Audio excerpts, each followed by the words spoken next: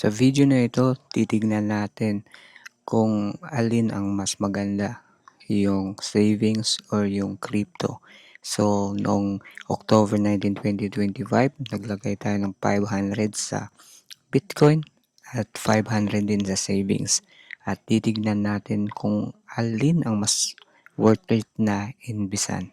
Pagkatapos nga nating bilhin ang BTC sa halagang 500 pesos, meron tayong current value noon na 475.52 pesos.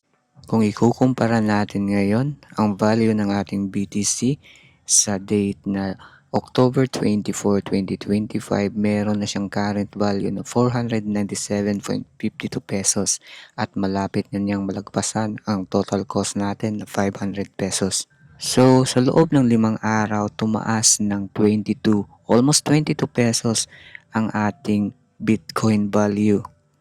Meanwhile, compare sa savings natin na nilagyan natin ng 500 pesos, from 500 pesos, naging 500.20 pesos na siya ngayon. Sa 5 araw, nag-generate siya ng 0.20 pesos or centavos. Compare sa crypto na nag-generate ng 22 pesos sa loob ng 5 araw, ang savings naman ay nag-generate lamang ng 0.20 centavos. At pwede pang bumaba ang price nito kontra sa total cost natin na 500 pesos. Kaya nasa sa inyo kung alin ang mas magandang inbesan.